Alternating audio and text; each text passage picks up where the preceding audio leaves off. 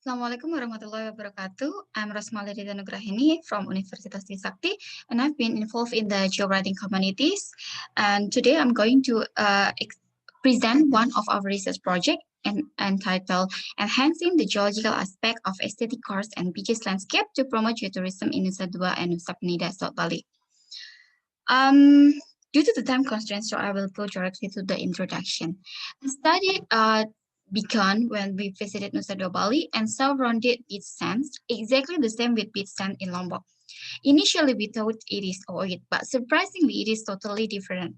So from this, we have curiosity to explore more about Bali, especially elaborating the geological process that control the formation of landscape, while also promoting their tourism aspect, since we know that currently Bali is struggling to rise their economy during this COVID pandemic. Many visitors in Bali are in love with Bali due to their mesmerizing view, condensed culture, and also warm greeting from local communities. In southern part of Bali itself, there are so many vertical limestone cliffs, especially in the western and along the southern coastline here, while in Nusa Dua and Nusa Dharma have massive beach sands. A significant number of caves are found in Nusa Penida, which is situated in the eastern island of Nusa Dua. The ubiquity of these sites, however, is the result of the specific local geological setting in which they are located. So, this study aims to promote geotourism in South Bali with regards to geodiversity, biodiversity, and geoheritage. Now let's discuss about the regional geology in the study area, which is predominated by coralline limestone of the Selatan Formation. And this formation was formed during the Miocene time. And this formation also overlain by the youngest coastal sediments that form in Quaternary.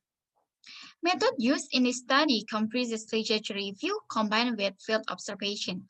From field observation, sands and rock samples were collected from 4 sampling sites and were analyzed using petrography and particle size analyzer. Discussion with the expert from BMKG was also being carried out to get insight about the gravity data. This data was basically used to link the Miocene carbonate formation with the Miocene carbonate distribution in the southern Java, in the southern mountain of Java. Before we talk about geotourism aspect in Bali, we need to know about the definition of geotourism itself. So, geotourism is defined as a tourism activities that harnessing natural phenomenon and their surrounding as an appealing factor. There are 3 aspects that need to be considered before we proposing the geotourism. The first is geodiversity, biodiversity, and geoheritage. Therefore, this study will emphasize these 3 and combine it with the geological process. Talking about geodiversity in Nusa Dua, this is the first geosite with reef carbonate platform or reef carbonate platform here, and it is separated to the coastal environment here by lagoon. The second geosite is beach sands and comprised of bioclastic material as illustrated as shown in this figure. And the bioclastic material comprises of foraminifera tests mixed with coral clasts and small cells. Foraminifera tests were accumulated in the beach sands or entrained to the beach by high water energy acting at the reef crest. So this one is the reef crest, and it is close to the forest zone. What we know that it is it has the effect of the high energy. The reef crest is also referred to an algal ridge, comprising of calcareous red algae that associate with few short coral that can withstand during heavy wave action.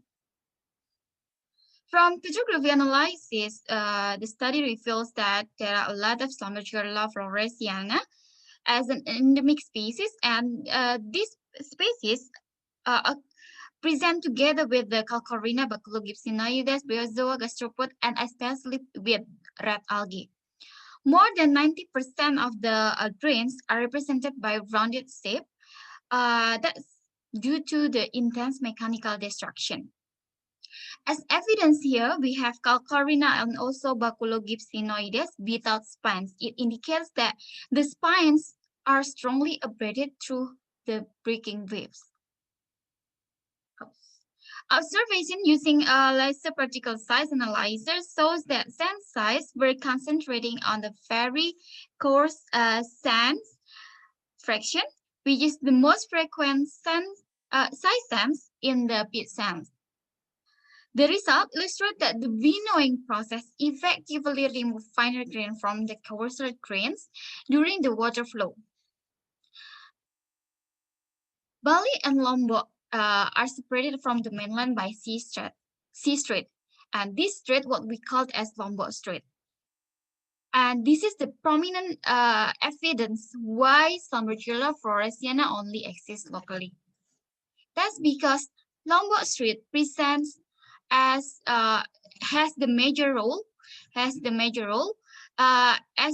passage for for Indonesian major heat trough low current that exchanges water from Indian Ocean in the south and Pacific Ocean in the north. As a consequence, the warm water is sufficient for coral to grow. Besides, provide plentiful nutrient for algae communities, including Sambragella species. Another reason that support this interpretation was the carbonate producing organism only exists in Bali Lombok. And the full story goes back during the Ice Age glacial advances in Pliocene time. When during this time, the ocean level dropped, so coral in Lesser Sunda Island, or belongs to Bali and Lombok, experience good preservation in a shallow marine, and it differs with the reef carbonate in Java Sea and also in West Sumatra that completely drained. However, at the end of Pliocene time, or we call it as the last glacial maximum, the sea level rise about 120 meters.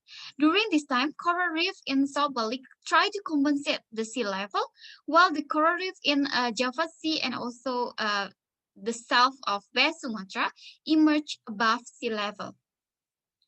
The third geosite here is coastal groundwater spring that emerge from the sands during low tide.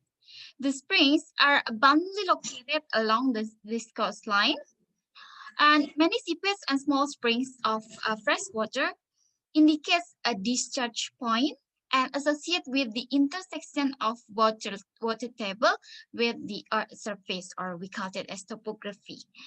This intersection occurs as a result of seawater erosion that lowered the topography to the water level.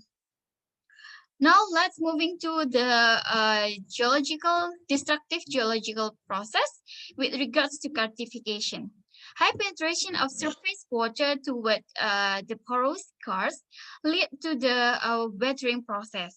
This process creates unique features of V-shaped valley here, and also buried cars, what we call it as an epic cars. Dissolution process has also generated caves that commonly used for ritual in Nusa Dua beside tourism purpose. Prior to the utilization of caves for tourism object, the authority or the stakeholders should carefully consider the sea level rise and cave collapse. The next one, we have 26 caves and niches that distributed in Nusa Penida as depicted in this figure. The two prominent caves were introduced to represent cave on surface like Gede caves and underwater caves like in Stipa cave. From archaeological excavation in Gede caves, discovered some artifact of human tool made of stone, bone, seashells, and potteries. While the non-artifact materials were mainly found in Gede and Stipa caves, comprised of bone debris of vertebrate. The limestone cliff in Nusa Dua and Nusa Penida underwent severe effects of subaerial exposure. A number of sea level curves have been constructed. The notch of the beach rock, and it indicates the sea level change. Finally, we have the conclusion. So here I provide 6 conclusions. The first one, 2 types of geological processes control the appearance and the existence of various landscapes in Bali. From constructive process, there are several features of the limestone cliff, white beach sands that consist of distinct Sclerotiella floresiana as an endemic species, and also small seepage of fresh water along the coastline, where it is beneficial to get the fresh water for daily needs. A continuous marine exposure contributes to the distribution of Sclerotiella species in the nearby Southeast Bali and Lombok. That's because Lombok Strait has direct connection with the Indonesian trough flow. A destructive process has also contributed to the existence of natural features in South Bali, such as classification and wave tide aberration. There are artifact and non-artifact materials found in the caves of Bali, and it indicates that these caves were used as a shelter for prehistoric hominid. This discovery should be promoted as geoheritage aspect. Sea level notes denotes abrasion feature of the cliff, and it should be monitored regularly to anticipate the rockfall. I think this is the end of my presentation. While this one is the reference used in the study, and thank you.